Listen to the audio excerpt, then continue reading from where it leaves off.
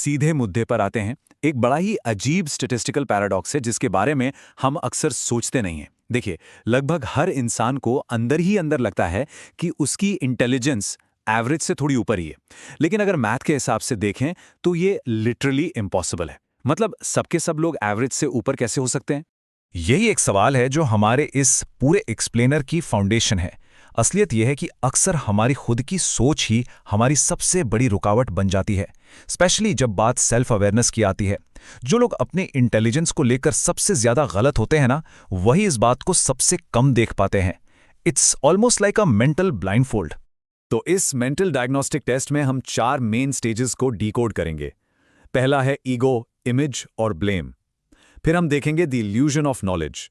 उसके बाद blind spots in our thinking और finally the real growth blockers. Alright, तो शुरू करते हैं हमारी पहली स्टेज से, ईगो, इमेज और ब्लेम। देखिए, हमारा ईगो हमें बचाने की पूरी कोशिश करता है, राइट? लेकिन एग्जैक्टली यही चीज हमारी एक्चुअल इंटेलेक्ट को लिमिट भी कर देती है। और यहीं पर हमारा पहला साइन छिपा है। कभी नोटिस किया है कि जब कोई हमारी राय को सीरियसली नहीं लेता तो एक अजीब सी चुभन होती है, एक बेचैनी सी होती है अपनी क्रेडिबिलिटी वापस साबित करने की। साइकोलॉजी में इस चुभन को कॉन्टिंजेंट सेल्फ वर्थ कहते हैं।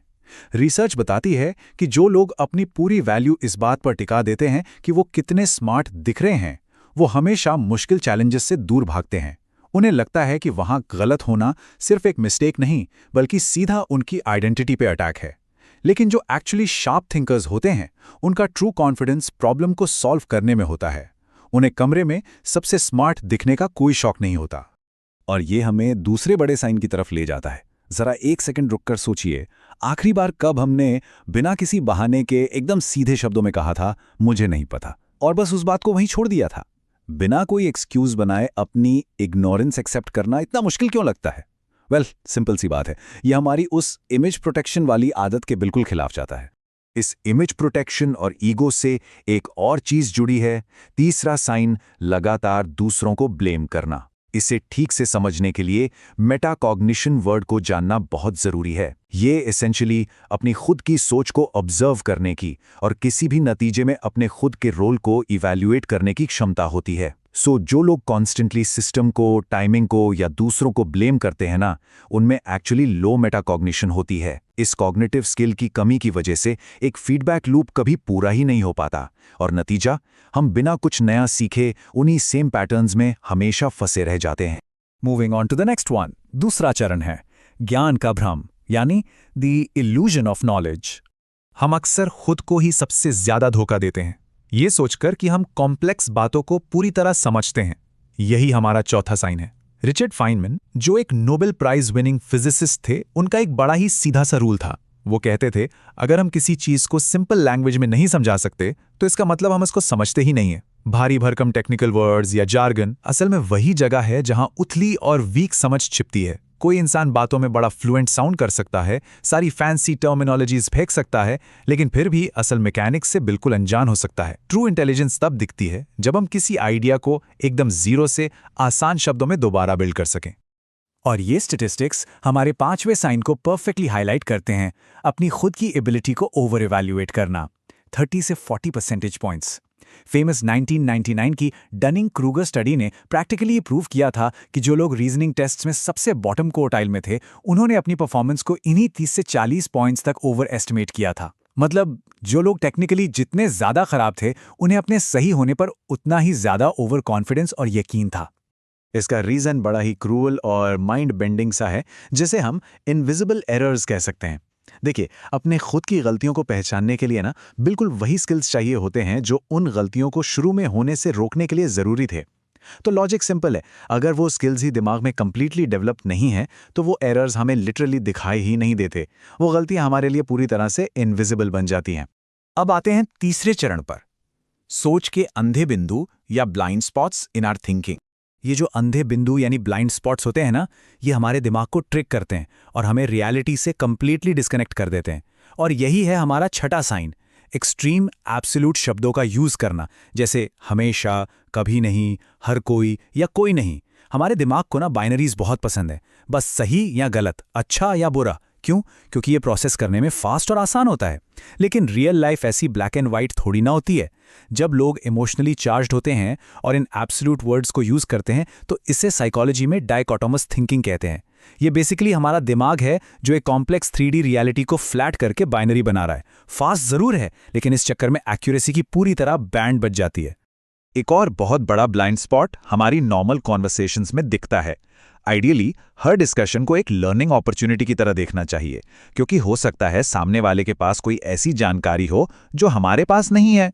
लेकिन अक्सर देखा गया है कि लोग बातचीत को सिर्फ ब्रॉडकास्टिंग के लिए यूज करते हैं। वो प्रैक्टिकली सिर्फ अपनी बारी आने का वेट कर रहे होते हैं, अपनी नॉलेज का शो ऑफ करते हैं और नया डेटा रिसीव या बिल्ड करने का उनका कोई इंटेंशन नहीं होता। तो ये 7वां साइन हमें एक सच में अनकंफर्टेबल सवाल फेस करने पर मजबूर करता है। हमारी जो आखिरी सबसे इंपॉर्टेंट कॉन्वर्सेशन थी, उसमें हमने ऑनेस्टली कितनी बातें ध्यान से सुनी थी? एक्टिव लिसनिंग पर जो रिसर्च है वो कंसिस्टेंटली दिखाती है कि जो लोग ज्यादा बोलते हैं वो हमेशा इस बात को ओवर एस्टिमेट करते हैं कि उन्होंने आखिर सामने वाले से कितना नया डेटा एब्जॉर्ब किया। जो जेन्युइन स्मार्ट इंसान होता है ना, वो रियल क्वेश्चंस पूछता है जिनके आंसर्स उसे पहले से नहीं पता होते, दिखावा करने के लिए नहीं बल्कि एक्सप्लिसिटली सीखने के लिए। और इसके बाद हम आते अपने आखिरी और चौथे चरण पर, द रियल ग्रोथ ब्लॉकर्स, यानी विकास की असली रुकावटें। 8वां और आखिरी साइन इस कॉन्सेप्ट से निकल कर आता है, बिलीफ परसीवरेंस। जब भी कोई ऐसी इंफॉर्मेशन सामने आती है जो हमारे एग्जिस्टिंग बिलीफ को गलत साबित करती है, तो हमारा ब्रेन जनरली नए फैक्ट्स को एक्सेप्ट करने के बजाय उन्हीं से बहस करने लग जाता है। ये बस अपने ईगो को एक्यूरेसी से ऊपर रखने का एक तरीका है। लॉजिकली देखा जाए तो अपनी सोच को अपडेट करना एक जीत लगनी चाहिए, क्योंकि हम फाइनली सच्चाई की ओर करीब आ गए, राइट? लेकिन सैडली लोग फील करते हैं कि अगर उन्होंने मान लिया कि वो गलत थे तो वो हार गए या स्टूपिड दिखेंगे। पर जो असलियत में शार्प थिंकर्स होते हैं वो इस ट्रैप में बिल्कुल नहीं फंसते। वो अपने ईगो को डिफेंड करने की जगह इंटेलेक्चुअल ऑनेस्टी को चुनते हैं। वो अपनी ओपिनियंस को जिद्दी ढंग से पकड़कर नहीं बैठते। उनका अल्टीमेट गोल बस सही बात तक पहुंचना होता है, फिर चाहे उसके लिए शुरू में उन्हें गलत ही क्यों ना साबित होना पड़े।